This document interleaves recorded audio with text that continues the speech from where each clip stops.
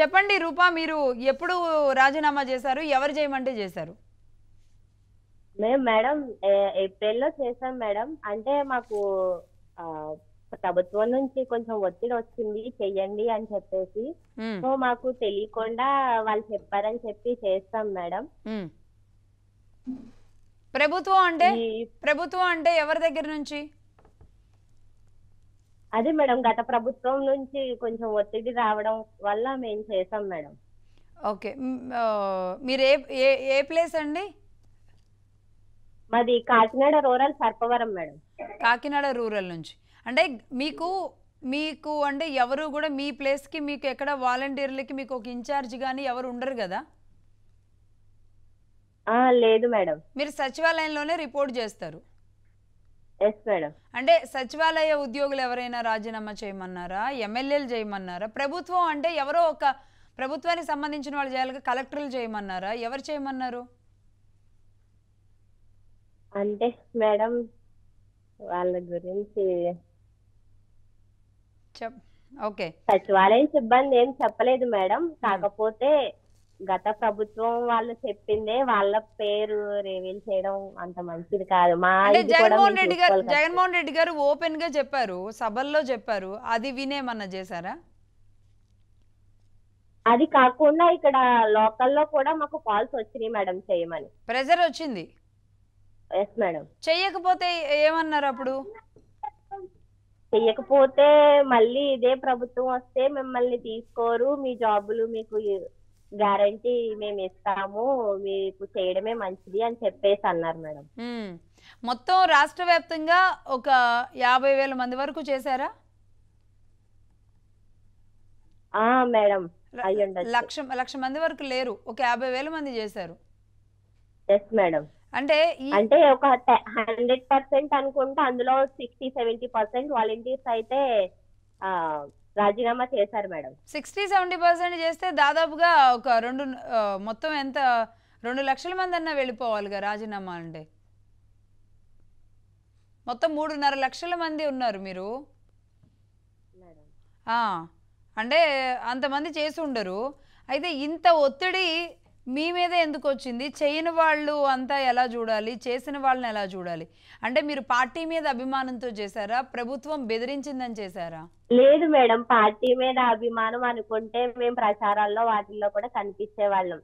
Just మేము రాజీనామా ఉన్నాం అంతే మేడం. మేము ప్రచారాలకి వాటికి కూడా వెళ్ళలేదు. కొన్ని చోట్ల వాలంటీర్లు ప్రచారాలలో కూడా ఉన్నారుగా, మీరు వెళ్ళలేదు అంటే వాళ్ళ వ్యక్తిగత ఇష్టంగా వాళ్ళు వెళ్ళి ఉండొచ్చు మేడం, కానీ మేము వెళ్ళలేదు మేడం.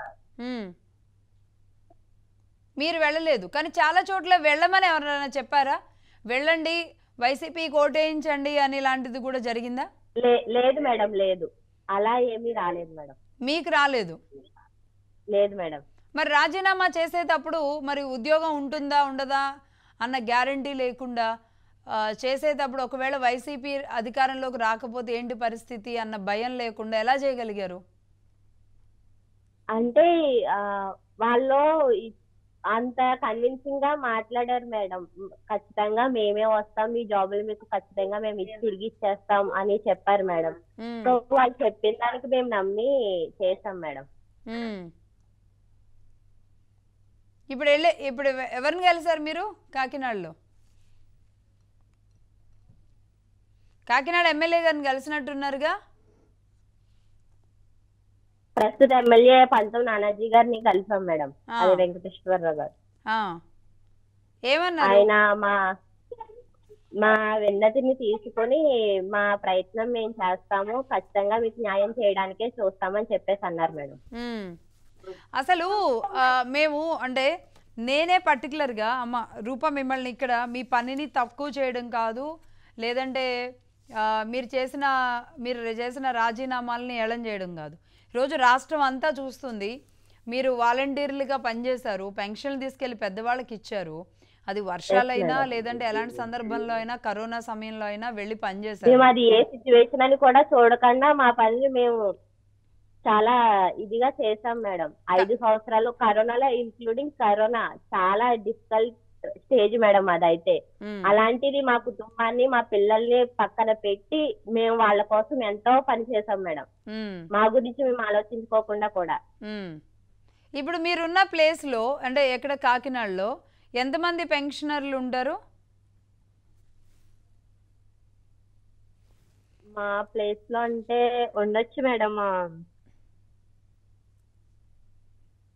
ఒక 40,000 అలా ఉండొచ్చు మేడం. ఓకే, మీరు ఎంతమందికి ఇస్తారు మీ చేతి మీదుగా? నేను 22 మెంబర్స్ కి ఇస్తాను మేడం. 22 మెంబర్స్కి. అంటే సిటీలో ఒక 60-70 మంది, 70 ఇళ్ళక 100 ఇళ్ళక వాలంటీర్? నేను 65 హౌసెస్ మేడం. 65 హౌసెస్కి 22 మందికి ఎస్ మేడం. ఇస్తారు మీరు.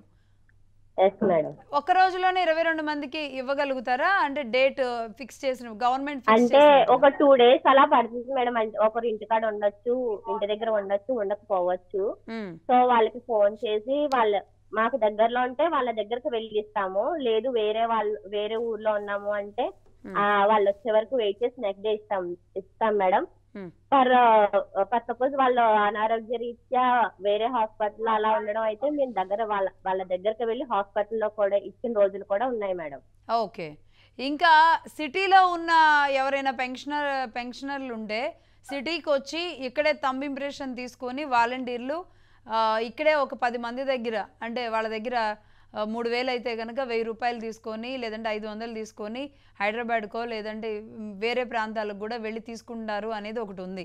అలాంటిది కూడా ఏమైనా జరిగిందా?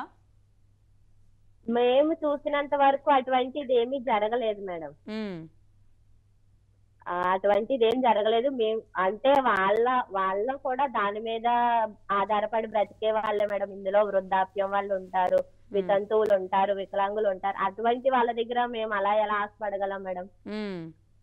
సో మహిళలుగా మీరు మీకు ఇచ్చిన డ్యూటీని ఆ 2 రోజుల పాటు ఒక 22 మంది పెన్షనర్లు 65 ఉన్నారు, అందులో 22 మందికి మీ డ్యూటీలు మీరు చేశారు. Yes madam. ఓకే, ఒకసారి అనంతలక్ష్మి జాయిన్ అయ్యారు. అనంతలక్ష్మి గారు. Yes madam. సో మొత్తంగా ఉద్యోగాలు తీసేయడం, ఒక 5 ఏళ్లుగా నెల నెలా వచ్చే జీతం ఇంటికి రాకపోతే కనుక అది నష్టమే. కాకపోతే అసలు వాలంటీర్ల అవసరం ఎంతవరకు ఉంది రాష్ట్రానికి అన్న చర్చ కూడా ఉంది. ఈరోజు మీ అంటే మీ మీద ప్రెజర్ వచ్చిందన్నా, లేదంటే జగన్మోహన్ రెడ్డి గారి మీదో వైసీపీ మీద అభిమానంతోనో, ఆ ఉద్యోగాలు ఇచ్చారన్న కృతజ్ఞతతోనో మీరు రాజీనామాలు చేశారు. రాజీనామాలు చేసినప్పటి నుంచి వాలంటీర్లు అంటేనే ఇలా కూడా చేస్తారంటే అప్పుడు పెన్షన్లు ఇవ్వాలి, మీరు ప్రభుత్వం ఇచ్చే పెన్షన్లు మీరు ఇవ్వాలి, ముసలి వాళ్ళకి తీసుకెళ్ళి ఇవ్వాలి. చాలామంది వృద్ధులు మరణించారు కూడా ఆ సమయంలో. అదంతా కూడా టీడీపీ పాపం అని వైసీపీ రాజకీయంగా చాలా వాడుకుంది. ఆ రోజు మీరు జగన్మోహన్ రెడ్డి గారు అంటే ఈ ముసలి వాళ్ళు ఎవరిని కూడా మీరు మనసులో పెట్టుకోకుండా రాజీనామాలు చేసేశారు, నిలబడలేకపోయారు. ఎందుకు? లేదు మేడం, బలవంతం మీదే చేయడం జరిగింది మేడం. లేదంటే అసలు చేయడానికి లాస్ట్ మినిట్ లో చేశాను మేడం. నేను కూడా ఆ రోజు ప్రెషర్ వల్ల చేశాను మేడం. లేదని చేయను. అంటే బలవంతం అంటే ఏంటి? వచ్చి మెడ మీద కత్తి అయితే పెట్టరుగా? లేదు మేడం. అంటే మా జాబ్ గురించి మాట్లాడినప్పుడు మాకు ఇన్సెక్యూర్ అనేది ఫీల్ ఉంటుంది కదా మేడం. సో మేము ఆ ఇన్సెక్యూర్ తో కొంచెం భయంతో చేయాల్సి వచ్చింది. అసలు జాబులు ఇచ్చింది మేము కాబట్టి మేము రాజీనామా చేయాలి అంటే చేయమన్నప్పుడు చేయాలి అనేలాంటి పరిస్థితిలో మీ ఉద్యోగాలు ఉంటే అసలు మీకు ఎలా సెక్యూరిటీ ఉంటుంది మీ ఉద్యోగానికి? మీరు ఇన్సెక్యూర్ అంటున్నారు, రేపు ఇంకొకళ్ళు రాజీనామా చేయమంటారు, రేపు ఇంకొకళ్ళు ఇస్తారు. అసలు సెక్యూరిటీ లేని ఉద్యోగం అనిపించలేదా ఈ 5 ఏళ్ళు? మరి అంటే ఈ 5 ఏళ్లుగా మేము మాకు ఈ వాలంటీర్ అనేది కొంచెం ఉపయోగపడింది చేయడం వల్ల.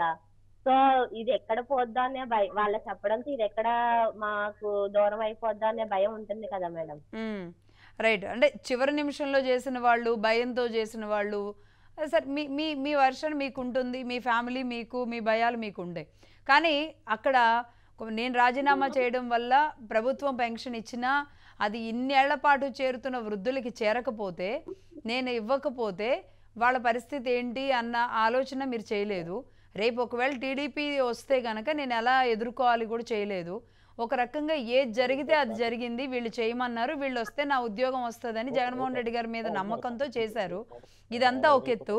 అమ్మ అనంతలక్ష్మి, నేను సూటిగా అడుగుతున్నా, మీరు మహా అయితే నెలలో 2 రోజులు 3 రోజులు పనిచేస్తారు, అంతేనా?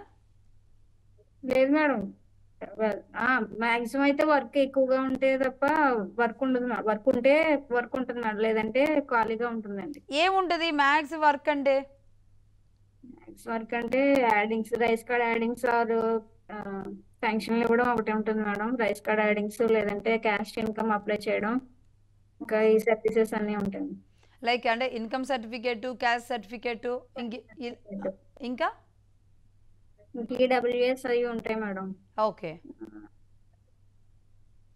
వీళ్ళందరికీ నెలలో ఎన్ని సర్టిఫికేట్లు ఇవ్వాల్సిన పరిస్థితి ఉంటుంది?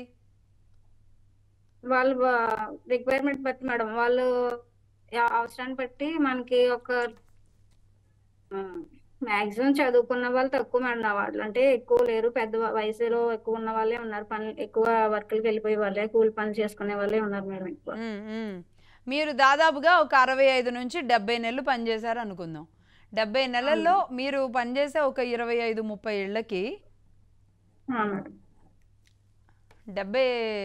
70 నెలల్లో 70 సార్లు అయితే తీసుకోరుగా సర్టిఫికెట్లు? లేదు మేడం. సో వాలంటీర్లు పనిచేసేది ఒక 3-4 రోజులు. మీరేం చదువుకున్నారు? Degree madam. డిగ్రీ చదువుకున్నారు. మీరు రూపా? నేను 10th చదివాను మేడం. ఓకే. అంటే డిగ్రీ చదువుకున్న అనంతలక్ష్మి, మీకు సరైన ఉద్యోగం అనిపించిందా? అంటే నాకు చిన్నపిల్లలు ఉన్నారు మేడం, ఎలాగా దగ్గరగా ఉంటుందని కొంచెం ఇదే బెటర్ గా అనిపించింది. కొంచెం ఎదిగే వరకు, ఆ తర్వాత ఏమన్నా చూసుకుందాం అనుకున్నాను. ఏ రోజైనా మీకు ఇంత తక్కువ జీతం అంటే 5,000 చాలా ఎక్కువ, ఇంత తక్కువ పనికి అని అనిపించలే? లేదు మేడం, ఒక్కసారి వర్క్ అది ఎక్కువ ఉండేది మేడం, దానివల్ల శాలరీ అనేది అయితే తక్కువగానే అనిపించింది. ఒక్కోసారి అంటే స్కీమ్స్ అయ్యి వచ్చేటప్పుడు అది అండ్ ఈ కేవైసీస్ అవి ఎక్కువ పెట్టారు కదా మేడం, సర్వేలు వాటి గురించి వర్క్ ఎక్కువగానే ఉండేది. ఏం సర్వే? ఇప్పుడు కరోనా వల్ల ఫేవర్ సర్వే అది అని ప్రతి ఎవ్రీ మంత్ ఫేవర్ సర్వే అది వచ్చేది మేడం. నెక్స్ట్ మళ్ళీ సిటిజన్ అవుట్రీచ్ సర్వే అని మొత్తం సర్వేస్ అన్ని వచ్చాయి మేడం. బెనిఫిషరీ అవుట్రీచ్ లో ఈకేవైసీ చేయడానికి, అప్డేట్ ఈకేవైసీ చేయడానికి ఇంకా చాలా సర్వేస్ అయ్యి ఉన్నాయి మేడం. ఏ స్కీమ్ వచ్చినా దానికి ఈకేవైసీ తీసుకోవాలి, and before scheme and after scheme కూడా ఈకేవైసీ చేయించుకోవాలి వాళ్ళతో. అంటే కరోనా టైంలో దాదాపుగా 3 ఏళ్ల క్రితం. ఆ తర్వాత కూడా సేమ్ ఫేవర్ సర్వే ఒక 1 year వరకు ఉంది మేడం. అలాగే ఎవరింట్లో కరెంటు ఎక్కువ కాలిందో వాళ్ళకి పెన్షన్లు కట్ చేయడం లాంటివి కూడా జరిగినాయి కదా, అప్పుడు కూడా మీరు సర్వే చేయాల్సి వచ్చేదా? మేడం, మీటర్ సీడింగ్ సర్వే చేసాం మేడం. అప్పుడు ఆల్రెడీ 4-5 మీటర్లు ఉండేవాళ్ళు, వాళ్ళు ఆల్రెడీ సేమ్ వాళ్ళే కాబట్టి వాళ్ళే ఒప్పుకున్నారు మేడం. వాళ్ళ ఇంట్లో కారు ఉందా, ఫ్రిడ్జ్ ఉందా, ఏసీ పెట్టించుకున్నారా, గీజర్ ఏమైనా పెట్టారా, ఇవన్నీ నెల ఇంట్లోపలికి వెళ్ళి చెక్ చేయాల్సి వచ్చేదా? లేదు మేడం, అలాంటివి ఏమీ లేదు. మరి కరెంటు బిల్లు ఒక్కటి చూసి వాళ్ళకి పెన్షన్ వచ్చే నెలకి ఇవ్వాలా లేదా అనేది మీ చేతుల్లో ఉండేదా? ఆ రిపోర్ట్ తయారు చేసి ఇచ్చేవాళ్ళ? లేదు మేడం, ఓన్లీ అక్కడ పైనుంచి ఆర్డర్ వల్ల కరెంటు బిల్ వల్ల ఆగిపోయిందని ఒక రిపోర్ట్ వచ్చింది మేడం, సార్ వాళ్ళు ప్రింట్అవుట్ తీసి ఇచ్చేవారు. ఓకే. మీరు ఇది మీకు రాదు, ఈ నెల నుంచి మీకు కరెంటు బిల్లు పెరిగింది కాబట్టి మీకు ఈ పథకం మీకు రాదు అని చెప్పడం మాత్రం మీ రెస్పాన్సిబిలిటీ ఉండేది. సో ఒక రకంగా మిమ్మల్ని మధ్యలో పెట్టి 50 ఏళ్ళకి ఒక గేమ్, ఒక ఆట జరిగినట్టు అనిపించట్లా?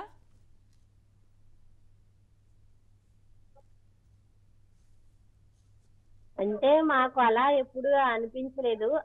మేము మాకు ఇచ్చిన ఉద్యోగ రీత్యా మా పని మేము చేస్తున్నాం, మాకు ఇటువంటి అవకాశం దొరికింది, మా సేవలు ఇంకొకరికి అందిస్తున్నాం అనే ఫీల్ అయ్యాం మేడం. పవన్ కళ్యాణ్ గారు ఆ మధ్య అంత ఇష్టంగా చేసింది ఇప్పుడు లేదు అంటే కొంచెం బాధగా ఉంది మేడం. అంతే కదా, ఇప్పుడు 3-4 రోజులు నెలలో పనిచేస్తారు, మహా అయితే 10 రోజులు పనిచేస్తారు. 10 రోజులకి ఒక 5,000 శాలరీలు ఏం పెంచినట్టు లేరు కదా ఎక్కడ. కొంతమందికి 10,000 కూడా చేసినట్టున్నారు. లేదు మేడం, అలా శాలరీ ఎవరికి పెంచలేదు మేడం.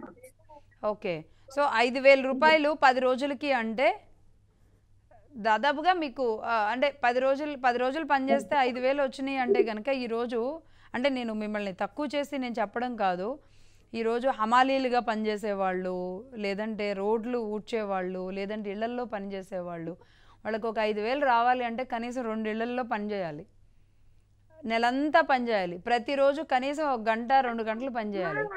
అంత కష్టపడి గొడ్డు చాకిరి చేస్తే కానీ ఒక 5,000 రాని పరిస్థితి ఉంది.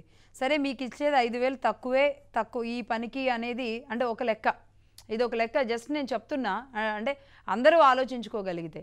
ఇది కాస్త మీది ఎంత రాజకీయంగా మారిందంటే రూపా అండ్ అనంతలక్ష్మి, పవన్ కళ్యాణ్ గారు వాలంటీర్ల విషయంలో జరుగుతున్న కొన్ని, అంటే మీ అందరు కాదు, మీరు కాదు, ఆడపిల్లలు కాదు, కొన్ని చోట్ల జరిగిన అవకతవకల్ని ఆయన మాట్లాడితే కొంతమంది వాలంటీర్లు పవన్ కళ్యాణ్ గారి మీద కంప్లైంట్ ఇచ్చారు, కేసు ఫైల్ చేశారు, కోర్టుల చుట్టూ తిరిగారు. ఈ 5,000తో నా మనోభావాలు దెబ్బతిన్నాయని ఒక వాలంటీర్, మహిళా వాలంటీరు కోర్టుల చుట్టూ తిరగడానికి ఆమెకు డబ్బులు ఎలా వచ్చినాయి అనేది ఆ రోజు అర్థం కాలేదు. ఎందుకు అంత ఫీల్ అయ్యారు? ఆ విషయం మాకు తెలియదు మేడం. మీ అందరూ ఒక గ్రూప్గా కానీ ఉండడం, మీ అందరికీ ఒక లీడర్షిప్లో మీరంతా పనిచేయడం, ఏదైనా ఒక ఇష్యూ వచ్చినప్పుడు దీన్ని ఎలా ఓవర్కమ్ చేయాలి, దీన్ని ఎలా మనం ముందుకెళ్ళాలనుకోవడం, ఇదేం లేదా అసలు?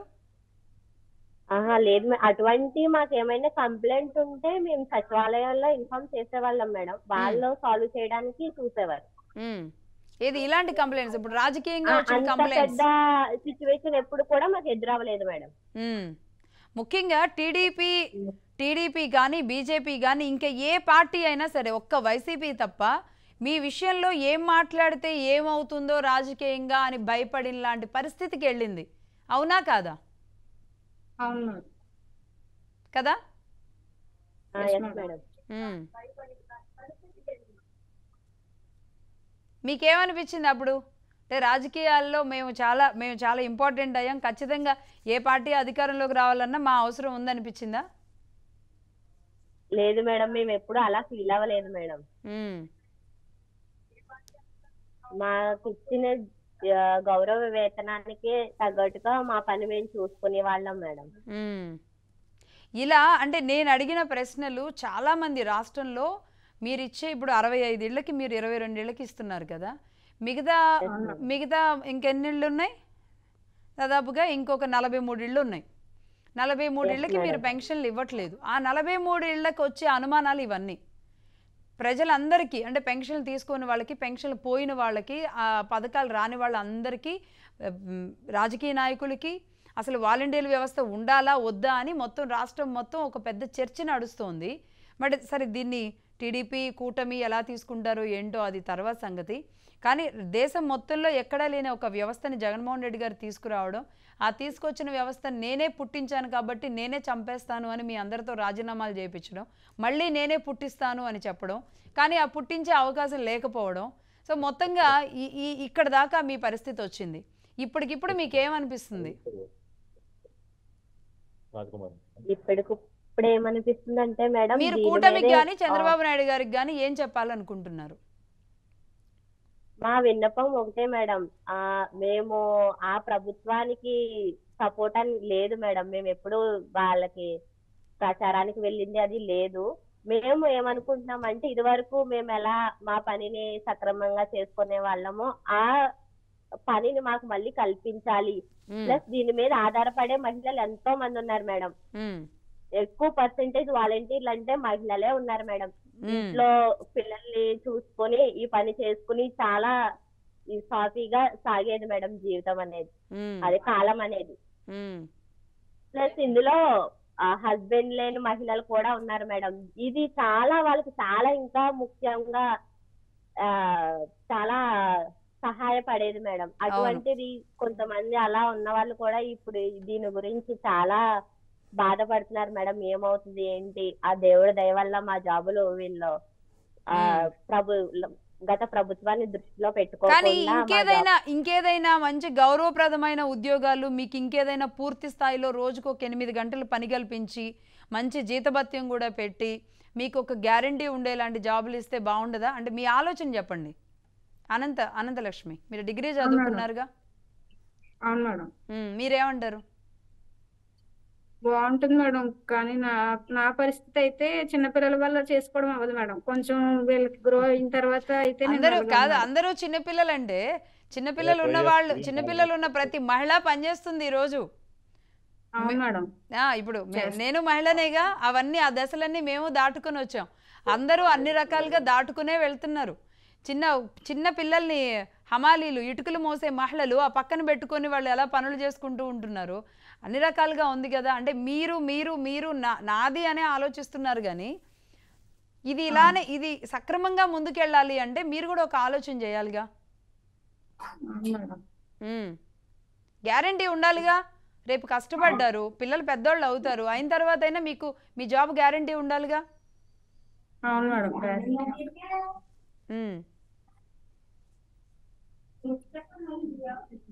చాలా మంది వైసీపీ నాయకులు, మంత్రులు మనం వాలంటీర్లకి, మన పార్టీ కార్యకర్తలకి వాలంటీర్ల జాబు ఉద్యోగం ఇచ్చుకొని ఒక జీతం కూడా పెట్టుకున్నాం అని చాలా సందర్భాల్లో అన్నారు కదా. అన్నారు మేడం. ఎస్ మేడం అన్నారు. అప్పుడు మీకేమనిపించింది? అంటే ఎక్కడో ఉండొచ్చు మేడం, ఆ విషయం మాకు తెలియదు. మేమైతే మా ప్రొసీజర్ ఎలా అవుతుందో మేము అలాగే జాయిన్ అయ్యాం మేడం.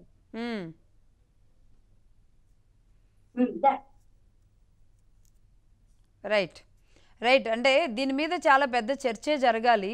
కేవలం నా ఉద్యోగం నాకు వస్తే బాగుండు అని కాకుండా వాలంటీర్ ఉద్యోగం రాష్ట్రానికి ఎంత అవసరం, ఈరోజు వృద్ధులకి ఎంత అవసరం, మీకు ఎంత అవసరం, అలాగే ఇందులో మంచి చదువులు చదువుకున్న వాళ్ళు ఉన్నారు, వాళ్ళకి ఎలాంటి ఉద్యోగం కల్పించాలి.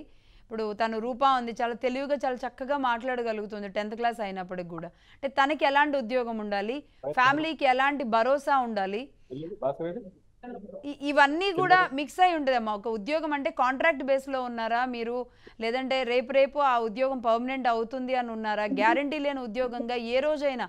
ఇవాళ జగన్మోహన్ రెడ్డి గారు రాజీనామాలు చేయమన్నారు, రేపు కూటమి రాజీనామా చేయమంటే 2 నెలల తర్వాత మీరు చేయాల్సిన పరిస్థితి ఉంటుంది. అలా కాకుండా దీనికి ఒక దిశానిర్దేశం, రాష్ట్ర ప్రజల ఆలోచన, కూటమి ప్రభుత్వ ఆలోచనతో మీరు ముందుకెళ్లాలని కోరుకుంటున్నా. అంటే ఇంతకంటే మిమ్మల్ని ఎక్కువ అడిగినా మీరు చెప్పలేని పరిస్థితిలో ఉండొచ్చు. ఎనీవే, థ్యాంక్ యూ అమ్మా, thank you, all the best. Thank you. అంటే ఇది మీరు కాదు, రాజీనామాలు చేసిన ప్రతి వాలంటీర్ని అడిగే ప్రశ్న మహాన్యూస్. అలాగే వాలంటీర్ల అవసరం రాష్ట్రానికి ఎంత ఉంది, పెన్షన్కి ఎంత ఖర్చు పెడుతోంది రాష్ట్ర ప్రభుత్వం, ఆ పెన్షన్లు ఇవ్వడానికి వాలంటీర్ల మీద ఎంత ఖర్చు పెడుతుంది. ఈరోజు ఇంత ఆన్లైన్ సిస్టమ్ ఉన్నా సరే క్యాస్ట్ సర్టిఫికేట్కి లేదంటే ఇలాంటి సర్టిఫికేట్స్ కోసం ఒక పర్సన్ వెళ్ళి ఇవ్వడం అంటే అసలు క్యాస్ట్ సర్టిఫికేట్ల అవసరం ఎంతవరకు పడుతుంది. మరి గ్రామానికి ఉన్న సచివాలయాలు ఏం చేస్తున్నాయి, సచివాలయానికి దీనికి ఒక 2 బజార్ల దూరంలో ఒక గ్రామంలో నడవలేని పరిస్థితుల్లో అయితే గ్రామస్తులు ఉండరు. కాబట్టి వీళ్ళ అవసరం ఎంతవరకు ఉంటుంది ఏంటి, పోస్టల్ విధానం అసలు ఎందుకు మరి మసకబారింది, పోస్టల్ ద్వారా మనం ఎందుకు ఇంటింటికి చేర్చలేకపోతున్నాం, ఇలాంటి అనేక సందేహాలు ఉన్నాయి. టెక్నాలజీ డెవలప్ అయిన నేపథ్యంలో వాలంటీర్ల అవసరం, అలాగే ఇప్పటి వరకు ఉన్న వాలంటీర్ల భవిష్యత్తు, ఇవన్నీ కూడా ప్రస్తుత ప్రభుత్వం అయితే ఆలోచించాల్సిన అవసరం ఉంది.